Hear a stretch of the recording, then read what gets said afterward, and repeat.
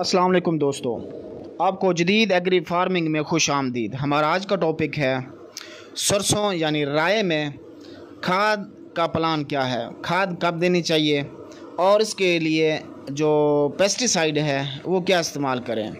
मुख्तलिफ़ सुंडियों के लिए हमने स्प्रे कौन सा करना है। सबसे पहले देखते हैं कि खाद कब इस्तेमाल करनी चाहिए और कितनी मिकदार में इस्तेमाल करनी चाहिए। अमूमन जब हम ज़मीन की तैयारी कर रहे होते हैं तो उस वक्त DAP का इस्तेमाल लाजमी करें। कम अज़ कम आधी बोरी से लेकर 1 बोरी तक। वो ज़मीन की सरखेज़ी को आप मद्देनज़र रखेंगे, जिस तरह का आपका ज़मीन का एरिया है, जिस तरह की उसकी जो ज़रखेज़ी है। अगर वो ज़रखेज़ नहीं है तो 1 बोरी लाजमी इस्तेमाल करें। अगर अच्छी खासी ज़रखेज़ है तो उसमें 25-30 किलो लाजमी इस्तेमाल कर दें। इसके बाद जैसे ही आपके सरसों के पौधे के ऊपर कोई एक आध आपको फूल नज़र आए तो 1 बोरी यूरिया आप इस्तेमाल करें फ़ी एकड़। और उसमें जो सल्फ़र आपने इस्तेमाल करना है वो तकरीबन 4 किलो हर सूरत सल्फ़र का इस्तेमाल करें यूरिया खाद जब आप इस्तेमाल कर रहे होंगे।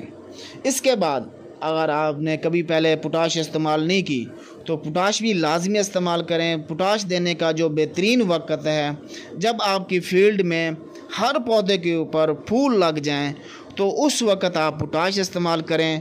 अमूमन पोटाश तकरीबन कोई 12 से 15 किलो इस्तेमाल करवाई जाती है 1 एकड़ में।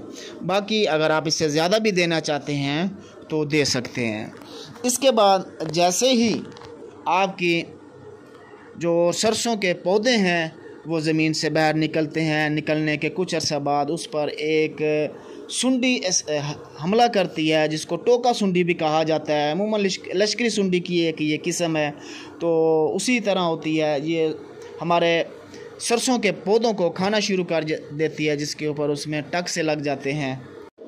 उसके लिए जो बेहतरीन स्प्रे है वो लैम्डा है। लैम्डा तकरीबन आप 200 ml फ़ी एकड़ में इस्तेमाल करवाएंगे। ये उगो के फ़ौरन बाद आपने इसका स्प्रे करवाना है और 8 दिन के बाद दोबारा इसको रिपीट भी लाजमी करना है ताकि हम इस सुंडी से अच्छी तरह छुटकारा हासिल कर सकें। जबकि 3 हफ्तों के बाद, उगाव के 3 हफ्तों के बाद आपने जो इस्तेमाल करना है वो जिंक आपने लाजमी इस्तेमाल करना है।